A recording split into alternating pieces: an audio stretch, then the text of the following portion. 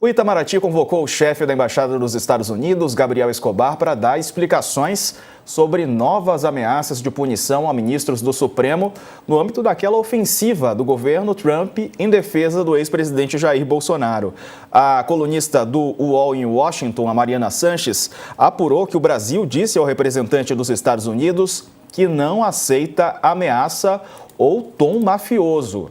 Em publicação nas redes sociais, a embaixada afirmou, nos últimos dias, que o ministro Alexandre de Moraes é o principal arquiteto da censura e perseguição contra Bolsonaro e sinalizou que aliados de Moraes no judiciário e em outras esferas também podem ser punidos. Escobar foi recebido no Ministério das Relações Exteriores pelo embaixador Flávio Goldman, que ocupa interinamente a Secretaria de Europa e da América do Norte no Itamaraty. Segundo relatos de integrantes do Itamaraty, o diplomata manifestou indignação com o tom e o conteúdo das publicações dos americanos. Goldman teria reforçado a visão de que Trump atua com ingerência em assuntos internos, faz ameaças inaceitáveis e ataca a soberania brasileira em vez de negociar tarifas. O diplomata norte-americano já havia sido convocado outras vezes ao Itamaraty para dar explicações sobre decisões e manifestações do governo norte-americano em relação aqui ao Brasil e ao Supremo. Nessas reuniões, o encarregado de negócios da Embaixada dos Estados Unidos foi recebido pela secretária de Europa e América do Norte do Itamaraty, a embaixadora Maria Luísa Escorel. Ele não teve encontros com o chanceler Mauro Vieira. As primeiras convocações desse tipo, a primeira foi por conta de quando Trump ali começou a direcionar seus ataques ao Brasil. Vamos chamar para cá o Manuel Furriela, que é professor especialista em Direito Internacional. Bom, Furriela, boa tarde. O que representa chamar, não temos um embaixador dos Estados Unidos no Brasil, mas chamar aqui um representante diplomático para conversar com as autoridades brasileiras? Boa tarde. Boa tarde. Bom, primeiramente, quando não há embaixador no país, como é o caso aqui, mas outros diplomatas estão presentes no território conduzindo os assuntos relativos ao corpo diplomático local, convoca-se aquele que tem o posto mais alto para conversas e esclarecimentos. Então, isso sempre significa desconforto. Quando há um Estado, quando há num país, como é o caso do Brasil, inconformismo com a atuação do outro país, convoca-se o embaixador, ou como eu mencionei, o diplomata que tem o posto, que ocupe o posto mais alto na representação diplomática do país, até porque a embaixada continua em pleno funcionamento.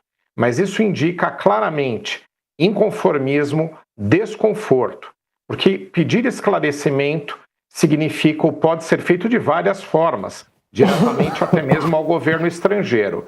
Mas neste caso específico, nas relações diplomáticas, quando isso acontece, é para deixar muito claro que há uma total discordância com a forma como o Brasil está sendo tratado neste momento. É este o significado da mensagem, é este o significado da convocação.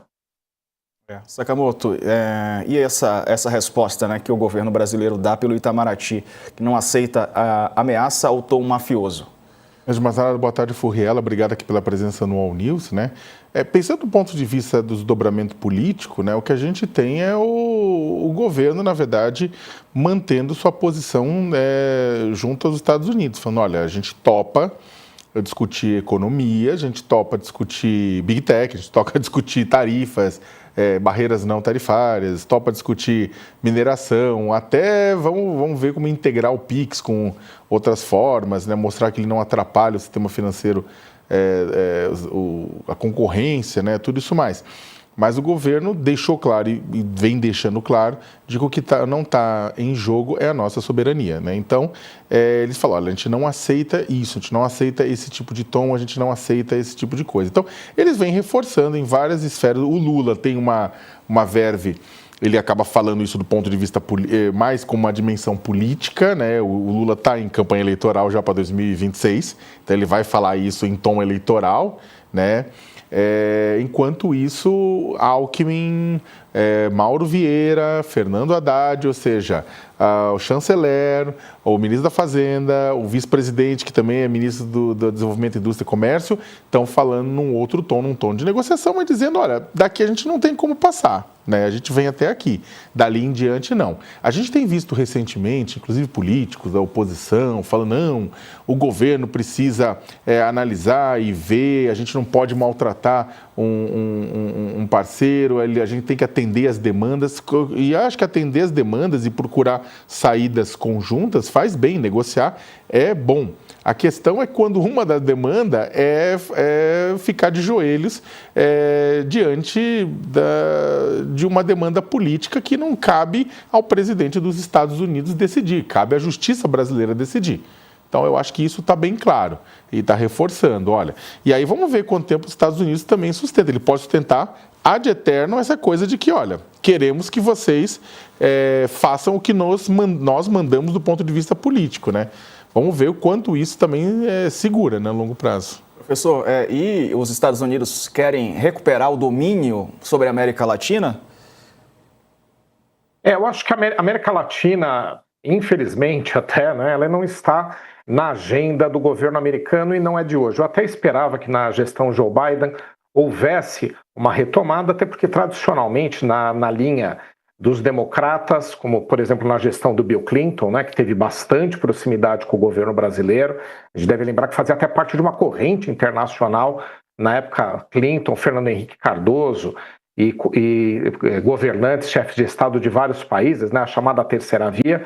Aquilo era um momento onde houve um grande alinhamento. Depois disso, a gente percebe que cada vez há um distanciamento. Joe Biden também, gestão Trump também. Agora, o que existe são questões de interesse específicas aqui na América Latina. Petróleo na Venezuela, evidente, até que voltaram a autorizar a Chevron a prospectar petróleo, a continuar a exploração de petróleo por lá, né? E a Venezuela está sancionada.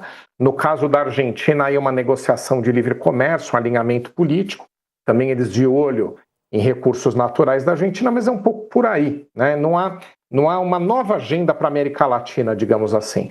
Há um desconforto americano com as ações da China aqui no subcontinente, mas não passa disso. Eu acho que ainda não é um grande alinhamento, uma grande retomada. O que nós temos é uma nova agenda de Donald Trump em relação a questões econômicas e ele está utilizando as tarifas, esses novos parâmetros do comércio internacional para seguir aí uma agenda econômica dele e a gente está sendo afetado junto com o resto do mundo.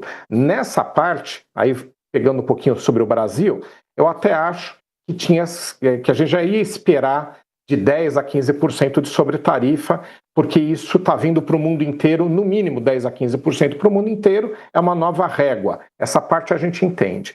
O que está complicado em relação ao Brasil é que os 50%, que é a tarifa das mais altas, primeiro era mais alta, agora já tem outros estados enfrentando algo parecido, ela embute outras questões. Então não é uma questão de renegociação, de nova regra internacional. É uma questão que dentro dela vem sanções contra o Brasil por 3 motivos.